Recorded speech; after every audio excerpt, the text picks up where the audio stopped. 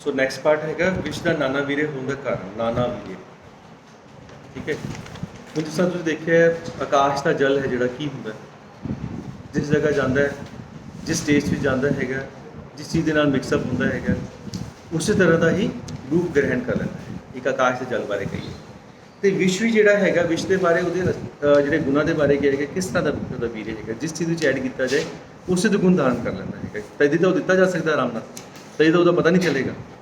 ਸੋ ਇਸੇ ਤਰੀਕੇ ਨਾਲ ਵਿਸ਼ ਵੀ ਆਪਣਾ ਜਿਹੜਾ ਹੈਗਾ ਜਿਨ ਜਿਨ द्रव्य ਦਾ ਆਸ਼ਰय ਲੈਂਦਾ ਉਸੇ द्रव्य ਦੇ ਰਸ ਵਾਲਾ ਹੋ ਜਾਂਦਾ ਹੈ। ਠੀਕ ਹੈ, ਇਹ ਆਚਾर्य सुश्रुत ਨੇ ਆਪਣੀ ਕਲਪਨਾ ਵਿੱਚ ਕਿਹਾ ਹੈਗਾ।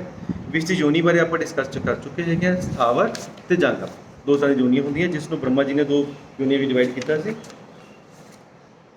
ਇਸ ਤੋਂ ਬਾਅਦ ਆਉਂਦਾ ਵਿਸ਼ ਦੇ ਅਧਿਸ਼ਠਾਨ। ਅਧਿਸ਼ਠਾਨ ਕਹਿ ਸਕਦੇ ਹੋ, ਸਾਈਟ ਆਫ ਪॉइजन, ਖਾਸ ਕਰ ਜਿਸ ਵਿੱਚ ਰਹਿ ਕਰ ਵਿਸ਼ ਆਪਣੇ ਆਪ ਨੂੰ ਵਿਅਕਤ ਕਰਦਾ ਹੈ। किस तरीके ਨਾਲ व्यक्त करेगा, किस चीज़ जो आश्रय चाहिए है, आश्रय ਨੂੰ ਕੀ ਕਹਿੰਦੇ ਹੈਗੇ, ਖਾਸ ਕਰ ਅਧਿਸ਼ਠਾਨ, ਜਿਸ ਜਗ੍ਹਾ ਤੇ ਉਹ ਰਹਿ ਰਿਹਾ ਹੈ। ਸੋ ਅਗਰ ਆਪਾਂ ਗੱਲ ਕਰੀਏ ਸਥਾਵਰ ਔਰ ਜੰਗਮ, ਦੋ ਹੀ ਚੀਜ਼ਾਂ ਆਪਾਂ ਡਿਸਕਸ ਕੀਤੀਆਂ। ਸ੍ਰਿਸ਼ਟੀ ਦੇ ਅੰਦਰ ਇਹ ਦੋ ਚੀਜ਼ਾਂ ਹੈਗੀਆਂ। ਸਥਾਵਰ ਦੇ ਅੰਦਰ ਆਉਂਦੀ 10 ਵੈਰਾਈਟੀ, ਜੜ ਕੰਦ ਨਿਰਿਆਸ ਛਾਲ ਗੋਂਦ ਪੁੱਤਰ ਪੱਤਰ ਪੁਸ਼ਪ ਫਲ ਧਾਤੂ ਨਿਰਿਆਸ, ਧਾਤੂ ਔਰ ਦੂਧ ਸੋਈ। ਤੇ ਇਹ ਉਹ ਚੀਜ਼ਾਂ ਹੈਗੀਆਂ ਜਿਨ੍ਹਾਂ ਦੇ ਅੰਦਰ ਵਿਸ਼ ਮਿਲ ਸਕਦਾ। ਤੁਸੀਂ ਦੇਖੋਗੇ ਕਿ ਕਿਸੇ ਇੱਕ ਪਾਰਟ ਦੇ ਅੰਦਰ ਵੀ ਹੋ ਸਕਦਾ ਹੈ, ਛਾਲ ਦੇ ਅੰਦਰ ਵੀ ਹੋ ਸਕਦਾ ਹੈ, ਦੁੱਧ ਦੇ ਅੰਦਰ ਵੀ ਹੋ ਸਕਦਾ ਹੈ, ਨਿਰਾਸ਼ ਦੇ ਅੰਦਰ ਹੋ ਸਕਦਾ ਹੈ, ਕਿਸੇ ਇੱਕ ਪਰਟੀਕੂਲਰ ਪਾਰਟ ਦੇ ਅੰਦਰ ਵੀ ਹੋ ਸਕਦਾ, ਔਰ ਹੋ ਸਕਦਾ ਪੂਰਾ ਪਲਾਂਟ ਵੀ ਵਿਸ਼ੈਲਾ ਹੋਵੇ। ਡਿਪੈਂਡ ਕਰਦਾ ਹੈ ਉਹਦੀ ਵੈਰਾਈਟੀ ਕਿਸ ਤਰ੍ਹਾਂ ਦਾ ਪਾਰਟ ਹੈ। ਦੂਜਾ ਐਸਾ ਨਹੀਂ ਹੈ ਕਿ ਆਪਣੇ ਇੱਥੇ ਜਿਹੜੀ ਚੀਜ਼ ਹੋ ਰਹੀ ਹੈ ਔਰ ਜਿਹੜੀ ਸਾਊਥ ਵਿੱਚ ਚੀਜ਼ ਹੋ ਰਹੀ ਹੈ, ਉਹਨਾਂ ਦੇ ਗੁਣ ਸਾਰੇ ਸੇਮ ਹੋ ਵਨਸਪਤੀਆਂ ਦੇ ਜਿਹੜੇ ਹੈਗੇ। ਕੁਝ ਕਮ ਵਿਸ਼ੈਲੀ ਹੋ ਸਕਦੀ ਹੈ, ਕੁਝ ਜ਼ਿਆਦਾ ਵਿਸ਼ੈਲੀ ਹੋ ਸਕਦੀ ਹੈ, ਡਿਪੈਂਡ ਕਰਦਾ ਹੈ। ਲੇਕਿਨ ਪਾਰਟਸ ਜਿਹੜੇ ਹੈਗੇ, ਜਿਨ੍ਹਾਂ ਪਾਰਟਸ ਦੇ ਅੰਦਰ ਵਿਸ਼ ਰਹਿੰਦਾ ਹੈ, ਉਹ ਆਲਮੋਸਟ ਸੇਮ ਰਹਿੰਦੇ ਹੈਗੇ। ਇਸ ਲਈ जब आप गल करते तो वह खासकर जब तुम द्रव्य गुण की गल करते हो देखते नहीं कि विषैला है, गल करते हो। सिमिलरली अगर आप जंगम विष की गल करिए तो दृष्टि निश्वास दंष्टा नख मूत्र पूरी शुक्र लालास्राव आर्तव मुख संदंश गुदा चोंच पित्त शू, ये खासकर। और इसने जोड़ा वृद्धभागवट है, इसने खासकर गुदा चोंच और तुंडा अस्थि के संदंश के स्थान पर स्पर्श अस्थि ते रक्त का समावेश किया है। मतलब ये वो स्थान है जिथे रह के विश अपना प्रगट करता। अगर आप जंगम जीवा की गल करिए जोड़े गतिमान है, गतिशील है, उन्होंने विश इन्होंने चीज़ों में मिलता है। इन्हों के श्लोक काफ़ी इंपोर्टेंट है, एक बार याद कर लेना अगर हो सके तो। विश की आते अगर आती movement of the poison, Ayurveda मतानुसार है। हालांकि मॉडर्न और आयुर्वेद में थोड़ा जिहा फर्क है। खासकर जोड़े विश है शरीर के संपर्क में आकर खासकर उपर की तरफ गति करते हैं, जोड़े जल ते पृथ्वी प्रधान है। ठीक है, आकाश और वायु प्रधान जोड़े विष है वो किस तरफ गति करेंगे, ऊपर की तरफ करेंगे। फिर आता है विष के गुण ते कर्म। ठीक है, गुण बारे तुम खासकर अपने द्रव्य गुण के चैप्टर पढ़ चुके हो। आप गल करनी विष के गुण जोड़े है लघु रूक्षम आशु विष्णम विवाहित तीक्ष्णम विवाहित तीक्ष्णम विकासी सूक्ष्म च उष्णम अनिर्देश्य रसम दशगुणम उत्तम विषम तज्ञ। मतलब लघु रूक्ष आशु विशद विवाही तीक्ष्ण विकासी सूक्ष्म उष्णम अनिर्देश्य, ये वो चीज़ें हैं कि जी विष के गुण बारे किया गया। सुश्रुत ने अनिर्देश्य के रस की जगह आपाकी किया वर्ड जो यूज़ किया है, तो वृद्धभागवट ने इन्होंने दोनों को मान लिया है। हम गल करते हैं इन्हों की डिटेल्स के बारे। ये चीज़ा तुम पढ़िया द्रव्य गुण के अंदर, द्रव्य गुण के अंदर गुण तो पढ़े होने सारे, पुरादी गुण सारे पढ़े होने। सो पहले गल करते लघु के बारे। आप हम ये गल जी कर रहे हैं वो विष के कॉन्टैक्स्ट कर रहे हैं, विष के गुणों बारे गल कर रहे हैं। एक अच्छे विष वास्ते की गुण होने चाहिए। अगर विष ने अपने इफैक्ट दिखाना है तो ऐसे किहड़े गुण है जो विष को हैल्प करेंगे। हम मान लो 10 गुण की गल की, अगर 10 से 10 गुण है तो विष ज़्यादा विशैला है। अगर उसकी 7 गुण है तो उस तो कम विशैला है, उसकी 5 गुण है तो उससे कम विशैला है, उसकी 3 गुण है उस तो कम विशैला है। सो इत्थे आप गल कर रहे हैं विष के गुण बारे, विष विच किहड़े किहड़े किहड़े किहड़े गुण है। सो अगर सब तो पहले करिए लघु, लघु की होंदा है बोलो, हल्का, जिस तरह आम बोलते हैं आम भाषा में, जो शीघ्र जाके पच जाए। हल्का होएगा तो जल्दी पच जाएगा, शीघ्र पच जाएगा। तो ये शरीर में लघुता उत्पन्न करेगा जाके और जल्दी पच जाएगा। इसलिए की होएगा, जल्दी पचने की वजह दुष्चिकित्सा होएगा। जल्दी तो चिकित्सा नहीं की जा सकती क्योंकि जल्दी पच गया। मैं तुमने पहले भी दस्या जब तक पचा नहीं विष उस तो पहला उसका ट्रीटमेंट बहुत ईजी है, गवर्नमेंट करा सकते। लेकिन एक बार पचन तो बाद वो की होगी, कंसनट्रेशन ब्लड के अंदर जनरेट होगी। अगर ब्लड के अंदर उसकी कंसनट्रेशन जनरेट होगी फिर की होएगा, ਸਾਨੂੰ ਉਹਨੂੰ ਕੱਢਣਾ ਮੁਸ਼ਕਿਲ ਹੋ ਜਾਏਗਾ। ਇਸ ਲਈ ਅਗਰ ਲਘੂ ਹੈ, ਅਗਰ ਉਹ ਸਰੀਰ ਵਿੱਚ ਜਾ ਕੇ ਬਹੁਤ ਜਲਦੀ ਪਚ ਰਿਹਾ ਹੈਗਾ, ਬਹੁਤ ਜਲਦੀ ਜਾ ਕੇ ਸਾਡੇ ਸਰੀਰ ਵਿੱਚ ਚਲਾ ਜਾਂਦਾ, ਕਿਰਿਆ ਬਹੁਤ ਤੀਬਰਤਾ ਨਾਲ ਕਰਦਾ ਹੈ, ਤਾਂ ਉਹਦੀ ਚਿਕਿਤਸਾ ਕਰਨਾ ਥੋੜ੍ਹਾ ਡਿਫਿਕਲਟ ਹੋਏਗਾ, ਤੁਹਾਨੂੰ ਇਮੀਡੀਏਟ ਉਸ ਦੇ ਵਾਸਤੇ ਮੈਜਰਸ ਕਰਨੇ ਪੈਣਗੇ। ਸੈਕਿੰਡ ਪਾਰਟ ਆਉਂਦਾ ਰੁਕਸ਼। ਰੁਕਸ਼ ਦਾ ਮਤਲਬ ਕੀ ਹੁੰਦਾ ਹੈ? ਰੁੱਖਾ, ਸ਼ੋਸ਼ਣ ਕਰਨ ਵਾਲਾ, ਜਿਹੜੀ ਜਲਦੀ ਤੋਂ ਸੁਕਾ ਦੇ। ਖਾਸ ਕਰ ਇਹਦੇ ਵਿੱਚ ਕੀ ਹੋਏਗਾ? ਰੁਕਸ਼ਤਾ ਉਤਪੰਨ ਕਰੇਗਾ, ਬਲਵੰਦਾ ਖਤਮ ਕਰੇਗਾ, ਸਤਬਤਾ ਉਤਪੰਨ ਕਰੇਗਾ, ਖਰਤ ਉਤਪੰਨ ਕਰੇਗਾ, ਸਿੱਖਤਾ ਦੀ ਕਰੇਗਾ, ਖਰਤ ਉਤਪੰਨ ਕਰੇਗਾ। ਤਾਂ ਇਹਦੇ ਨਾਲ ਕੀ ਵਿਸ਼ਨੂੰ ਫਾਇਦਾ ਹੈ? ਇਹਦੇ ਨਾਲ ਵਾਤ ਦੀ ਵ੍ਰਿੱਧੀ ਹੋ ਜਾਏਗੀ ਸਾਡੇ ਸਰੀਰ ਦੇ। ਅਗਰ ਵਾਤ ਦੀ ਵ੍ਰਿੱਧੀ ਹੋਏਗੀ ਤਾਂ ਕੀ ਹੋਏਗਾ? ਨਿਊਰੋਲੋਜੀਕਲ ਸਿੰਪਟਮ ਜਿਹੜੇ ਹੈਗੇ ਆ ਉਹ ਜਲਦੀ ਪ੍ਰਗਟ ਹੋਣਗੇ। ਐਸਾ ਵਿਸ਼ ਜ਼ਿਆਦਾ ਤੇਜ਼ੀ ਨਾਲ ਸਾਡੇ ਨਰਵਸ ਸਿਸਟਮ ਦੇ ਜਿਹੜੇ ਨਿਊਰੋਲੋਜੀਕਲ ਸਿੰਪਟਮ ਉਹਨਾਂ ਨੂੰ ਇੰਡਿਊਸ ਕਰੇਗਾ। ਫਿਰ ਆਉਂਦਾ ਹੈਗਾ ਆਸ਼ੂ, ਸ਼ੀਘ्र, ਤੇਜ਼, ਜਿਹਨੂੰ ਆਪਾਂ ਵਰਡ ਕਹਿੰਦੇ ਹੈਗੇ, ਠੀਕ ਹੈ ਨਾ। ਜੋ ਦਰਵਯ ਜਾ ਕੇ ਸ਼ੀਘ्रता ਨਾਲ ਫੈਲ ਜਾਏ ਉਹਨੂੰ ਆਸ਼ੂ ਕਹਿੰਦੇ ਹੈਗੇ। ਅਗਰ ਸ਼ੀਘ्रता ਨਾਲ ਫੈਲੇਗਾ ਤਾਂ ਕੀ ਹੋਏਗਾ? ਸ਼ੀਘ्र ਪ੍ਰਾਣਨਾਸ਼ਕ ਹੋਏਗਾ, ਇਮੀਡੀਏਟ ਡੈਥ ਤੋਂ ਇੰਡਿਊਸ ਕਰੇਗਾ, ਜਲਦੀ ਤੋਂ ਜਲਦੀ ਡੈਥ ਹੋਏਗੀ ਕਿਉਂਕਿ ਸ਼ੀਘ्रता ਨਾਲ ਕੰਮ ਕਰ ਰਿਹਾ ਹੈਗਾ, ਉਹਦਾ ਐਕਸ਼ਨ ਜਲਦੀ ਆਏਗਾ।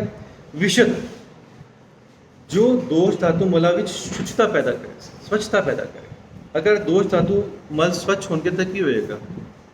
ਵਿਸ਼ ਨਾ ਤਾਂ ਕਿਸੇ ਜਗ੍ਹਾ ਚਿਪਕੇਗਾ, ਨਾ ਕਿਸੇ ਜਗ੍ਹਾ ਅੜੇਗਾ, ਸਾਫ਼ ਹੋਣ ਦੀ ਵਜ੍ਹਾ ਸਿੱਧਾ ਨਿਕਲ ਜਾਏਗਾ। ਸਾਫ਼ ਸਫਾਈ ਵਾਲੀ ਜਗ੍ਹਾ ਤੇ ਕੀ ਹੁੰਦੀ? ਚੀਜ਼ ਜਲਦੀ ਚਲੀ ਜਾਂਦੀ ਹੈਗੀ ਹੈ। ਸੋ ਉਹਦਾ ਜਿਹੜਾ ਰਸਤਾ ਹੈਗਾ ਉਹ ਕਲੀਅਰ ਹੋਏਗਾ। ਫਿਰ ਆਉਂਦਾ ਹੈ ਕਿ ਵਿਵਾਈ, ਜਿਹੜਾ ਬਿਨਾਂ ਪਚੇ ਹੀ ਸਾਰੇ ਸਰੀਰ ਵਿੱਚ ਫੈਲ ਜਾਏ, ਪਚਣ ਦੀ ਜ਼ਰੂਰਤ ਹੀ ਨਾ ਹੋਵੇ। ਹੁਣ ਇੱਕ ਆਦਮੀ ਨੇ ਸਲਫਾਸ ਖਾਈ, ਸਲਫਾਸ ਸਮਝਦੇ ਹੋ? ਬੜੇ ਜ਼ਿਆਦਾ ਲੋਕ ਸਮਝਦੇ ਹੋਣੇ ਆ, ਕਣਕ ਦੀ ਗੋਲੀਆਂ ਖਾ ਲਈ, ਹੁਣ ਕੀ ਹੈਗਾ? ਪਚ ਗਈ ਉਹ ਗੋਲੀ ਪਹਿਲੇ ਜਾ ਕੇ, ਉਹਦਾ 1/4 ਹਿੱਸਾ ਵੀ ਹੈਗਾ ਨਾ, ਉਹ ਵੀ ਟੌਕਸਿਕ ਹੈਗਾ, ਉਹ ਵੀ ਮ੍ਰਿਤੂ ਕਰ ਸਕਦਾ ਹੈਗਾ। ਹਾਲੇ ਪਚੀ ਨਹੀਂ, ਉਸ ਤੋਂ ਪਹਿਲੇ ਹੀ ਉਹਦੀ ਹਾਈਡਰੋਜਨ ਸਲਫਾਈਡ ਬਣ ਕੇ ਉਹ ਪਰੇ ਸਰੀਰ ਵਿੱਚ ਤੁਹਾਡੇ ਫੈਲ ਗਈ। ਇੱਕ ਬਹੁਤ ਵੱਡਾ ਐਗਜ਼ਾਮਪਲ ਹੈਗਾ। ਮਤਲਬ ਉਹਦੇ ਵਾਸਤੇ ਪਚਣ ਵਾਸਤੇ ਸਾਨੂੰ ਲਿਵਰ ਦੇ ਸਿਸਟਮ ਤੋਂ ਜਾ ਕੇ ਸਾਡੇ ਆਂਤੜੀਆਂ ਵਾਲੇ ਸਿਸਟਮ ਨੂੰ ਨਿਕਲਣਾ ਹੀ ਨਹੀਂ ਪਿਆ, ਸਿੱਧਾ ਬ੍ਰੇਨ ਤੇ ਇਫੈਕਟ, ਮੈਡੂਲਾ ਤੇ ਇਫੈਕਟ ਹੋਇਆ, ਰੈਸਪੀਰੇਟਰੀ ਸਿਸਟਮ ਡਿਸਟਰੈਸ ਹੋਇਆ ਐਂਡ ਕੰਮ ਖਤਮ।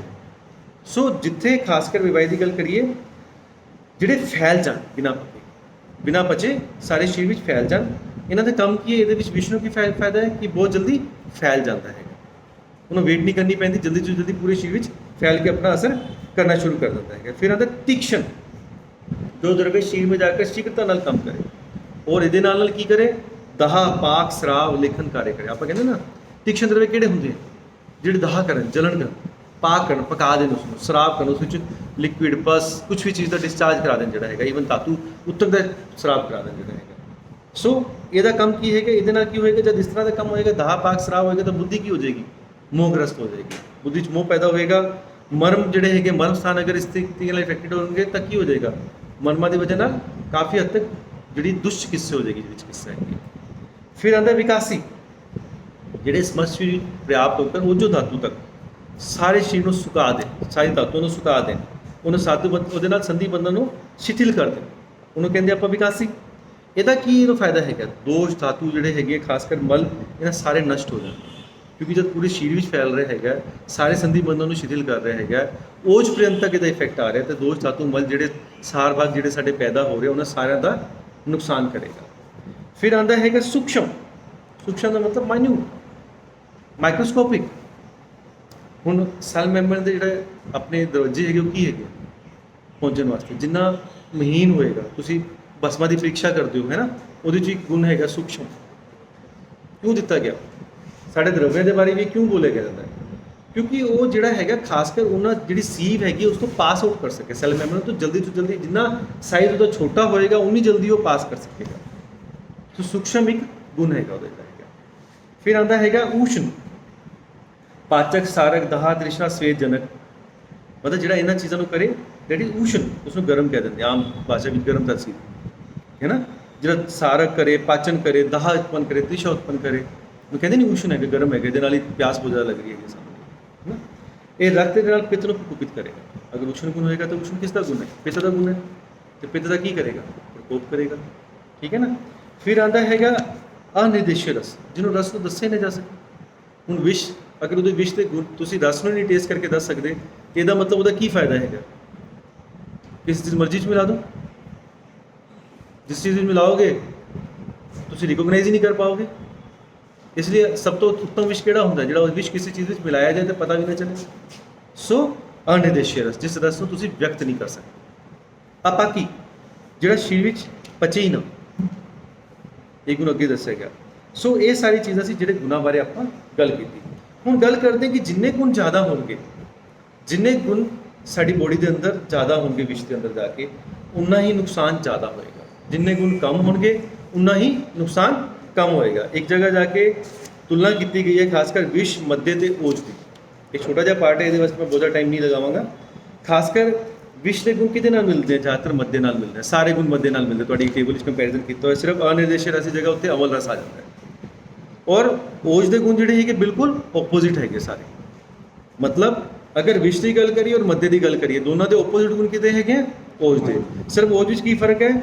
ਰਸ ਦਾ, ਮਧੁਰ ਰਸ ਆ ਜਾਂਦਾ ਹੈ। ਸੋ ਇਹ ਉਹ ਚੀਜ਼ ਹੈ ਜਿਹਦੇ ਬਾਰੇ ਆਪਾਂ ਹੁਣ ਅਗਰ ਸੋਚਿਆ ਜਾਏ ਤਾਂ ਆਪਾਂ ਮੱਦੇ ਨੂੰ ਕੀ ਕਵਾਂਗੇ? ਕਿਸ ਤਰ੍ਹਾਂ ਦਾ ਵਿਸ਼ ਹੈ? ਆਲਮੋਸਟ ਵਿੱਚ ਸਾਰੇ ਗੁਣ ਹੀ ਪ੍ਰੈਜ਼ੈਂਟ ਹੈਗੇ। ਔਰ ਜ਼ਿਆਦਾਤਰ ਮੱਦੇ ਦਾ ਪਾਨ ਕਿਸ ਤਰੀਕੇ ਨਾਲ ਕੀਤਾ ਜਾਂਦਾ? ਬੜਾ ਫੇਮਸ ਹੈ। ਗੌਰਮੈਂਟ ਸਭ ਤੋਂ ਜ਼ਿਆਦਾ ਗੌਰਮੈਂਟ ਦਾ ਰੈਵਨਿਊ ਤੋਂ ਜ਼ਿਆਦਾ ਜਨਰੇਟ ਹੁੰਦਾ ਹੈ ਨਾ? ਘਰ ਤੱਕ ਹੁਣ ਤਾਂ ਪੰਜਾਬ ਗੌਰਮੈਂਟ ਪਹੁੰਚਾ ਰਹੀ ਹੈਗੀ।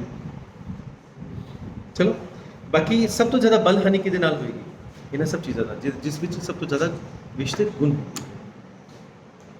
ਫਿਰ ਆਉਂਦੀ ਹੈ ਕਿ ਵਿਸ਼ ਦੀ क्रिया।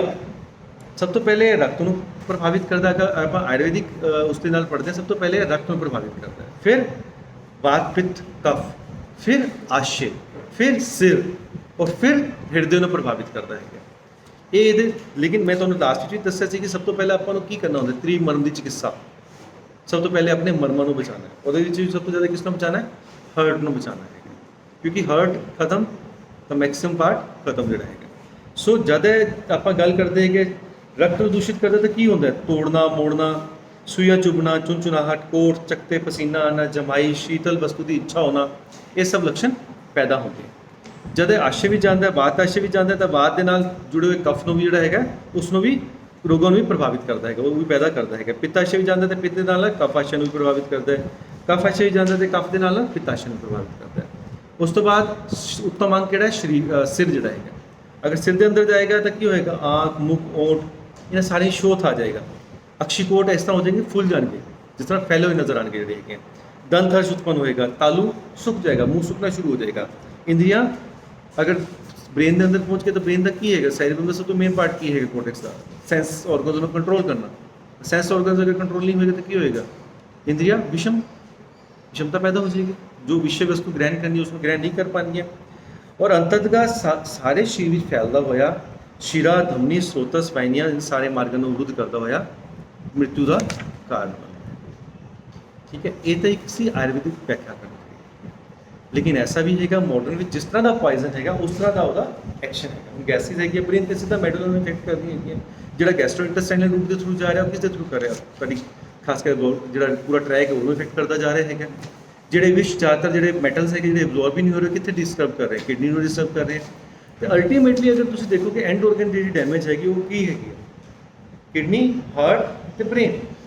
ਜ਼ਿਆਦਾਤਰ ਅਗਰ ਤੁਸੀਂ ਜਿੰਨੇ ਪਾਇਜ਼ਨ ਦੇਖੋਗੇ ਇਹਨਾਂ ਤਿੰਨ ਦੀ ਵਜ੍ਹਾ ਨਾਲ ਹੀ ਮੌਤ ਹੁੰਦੀ ਜ਼ਿਆਦਾਤਰ, ਕਿਉਂਕਿ ਇਹਨਾਂ ਤਿੰਨਾਂ ਵਿੱਚ ਹੀ ਅਸਰ ਹੋਏਗਾ। ਅਗਰ ਇੱਕ ਵੀ ਇਫੈਕਟਡ ਹੋ ਗਿਆ ਤਾਂ ਦੂਜੇ ਦੋ ਆਪਣੇ ਆਪ ਹੀ ਇਫੈਕਟਡ ਹੋ ਜਾਣਗੇ। ਇਸ ਲਈ ਅਗਰ ਆਪਾਂ ਕਿਰਿਆ ਦੀ ਗੱਲ ਕਰਦੇ ਹਾਂ, ਵਿਸ਼ ਦੀ ਕਿਰਿਆ ਦੀ ਗੱਲ, ਤੇ ਸਾਨੂੰ ਇਹਨਾਂ ਤਿੰਨ ਮਰਮਾਂ ਦਾ ਧਿਆਨ ਖਾਸ ਕਰ ਰੱਖਣਾ ਪਏਗਾ। ਔਰ ਤਿੰਨ ਮਰਮਾਂ ਵਿੱਚ ਸਭ ਤੋਂ ਜ਼ਿਆਦਾ ਧਿਆਨ ਰੱਖਣਾ ਪੜੇਗਾ ਬਲੱਡ ਸਰਕੂਲੇਸ਼ਨ ਹੈ। ਕਿਉਂਕਿ ਕਾਰਨ ਕੀ ਹੈਗਾ ਕਿ ਜਿਹੜਾ ਬਲੱਡ ਬ੍ਰੇਨ ਬੈਰੀਅਰ ਹੈਗਾ, ਤੁਸੀਂ ਪੜ੍ਹਦੇ ਹੋ ਐਨਾਟੋਮੀ ਫਿਜ਼ੀਓਲੋਜੀ ਦੇ ਅੰਦਰ, ਸਾਰੇ ਡਰੱਗਸ ਬਲੱਡ ਬ੍ਰੇਨ ਬੈਰੀਅਰ ਨੂੰ ਕ੍ਰੋਸ ਨਹੀਂ ਕਰਦੇ। ਇਸ ਲਈ ਮੈਕਸਿਮਮ ਡਰੱਗਸ ਕਿੱਥੇ ਅਸਰ ਕਰਨਗੇ? ਜ਼ਿਆਦਾਤਰ ਸਰਕੂਲੇਸ਼ਨ ਦੇ ਅੰਦਰ ਆ ਕੇ। ਸਰਕੂਲੇਟਰੀ ਅਗਰ ਸਾਡੇ ਜਿੰਨੇ ਮੈਕਸਿਮਮ ਡਰੱਗਸ ਹੈ, ਸਭ ਤੋਂ ਪਹਿਲਾਂ ਉਹਨਾਂ ਦਾ ਐਕਸ਼ਨ ਕਿੱਥੇ ਹੈਗਾ? ਪਹਿਲੇ ਕਿੱਥੇ ਜਾਣਗੇ? ਪਹਿਲੇ ਹਾਰਟ ਵੀ ਜਾਣਗੇ, ਤਾਂ ਹੀ ਤਾਂ ਕਿਡਨੀ ਉਸ ਨੂੰ ਫਿਲਟਰ ਕਰੇਗੀ, ਤਾਂ ਹੀ ਤਾਂ ਬਲੱਡ ਬ੍ਰੇਨ ਬੈਰੀਅਰ ਨੂੰ ਕ੍ਰੋਸ ਕਰਨਗੇ। ਤਾਂ ਸਭ ਤੋਂ ਜਿਹੜਾ ਮੇਨ ਅੰਗ ਹੈਗਾ ਉਹ ਹਾਰਟ ਹੈ। ਔਰ ਕਿਸੇ ਵੀ ਤਰੀਕੇ ਨਾਲ ਆਪਾਂ ਨੂੰ ਇੱਕ ਸਿੰਪਲ ਜੀ ਗੱਲ ਹੈ, ਵਾਸੋ ਵੇਗਲ ਸ਼ੋ ਬਾਗਸ ਨਰਵ ਤੋਂ ਸੁਣੀ ਹੋਈ ਹੈ ਨਾ? ਕਿਹੜੀ ਨਰਵ ਹੁੰਦੀ ਹੈ? ਕ੍ਰੇਨੀਅਲ ਨਰਵ ਹੁੰਦੀ ਹੈ ਨਾ? ਸੋ ਵਾਗਸ ਵਾਸੋ ਵੇਗਲ ਸ਼ੀ ਕੀ ਹੈ? ਇੱਕ ਬੰਦੇ ਨੇ ਸੱਪ ਦੇਖਿਆ ਹੈ ਨਾ, ਸੱਪ ਦੇਖ ਕੇ ਇੱਕਦਮ ਅਚਾਨਕ ਚੱਕਰ ਖਾਇਆ, ਗਿਰ ਗਿਆ ਔਰ ਪਤਾ ਚੱਲਿਆ ਜੀ ਅਗਲੇ ਦੁਨੀਆ ਪਹੁੰਚ ਗਿਆ ਜਿਹੜਾ ਹੈ ਨਾ। ਹੋਇਆ ਕੀ ਸੀ? ਵਟ ਹੈਪਨ ਟੂ ਦੈਟ ਪਰਸਨ? ਵਾਗਸ ਨੂੰ ਲੱਗਿਆ ਸੀ ਰੱਸੀ, ਬਟ ਸੱਪ ਮੰਨ ਲਿਆ ਉਸ ਜਿਹੜਾ ਹੈਗਾ, ਉਹ ਇੱਕਦਮ ਸ਼ੌਕ ਵਿੱਚ ਚਲੇ ਗਏ। ਠੀਕ ਹੈ ਨਾ? ਸੋ ਇਹ ਚੀਜ਼ਾਂ ਕੀ ਹੈਗੀ ਸਾਰੇ, ਖਾਸ ਕਰ ਸਾਡੇ ਟਰੈਕਟ, ਇਹ ਅੱਗੇ ਤੁਹਾਨੂੰ ਪੜਾਵਾਂਗੇ ਅਗਲੇ ਨੈਕਸਟ ਚੈਪਟਰ ਵਿੱਚ ਕਿ ਇਹ ਕੀ ਚੀਜ਼ ਹੈਗੀ ਹੈ ਖਾਸ ਕਰ, ਕਿਉਂਕਿ ਸਰਵ ਵਿਸ਼ ਜਿੱਥੇ ਆਏਗਾ ਉੱਥੇ ਸਾਰੀਆਂ ਚੀਜ਼ਾਂ ਐਕਸਪਲੇਨ ਕਰੀਆਂ ਜਾਣਗੀਆਂ। ਠੀਕ ਹੈ ਨਾ?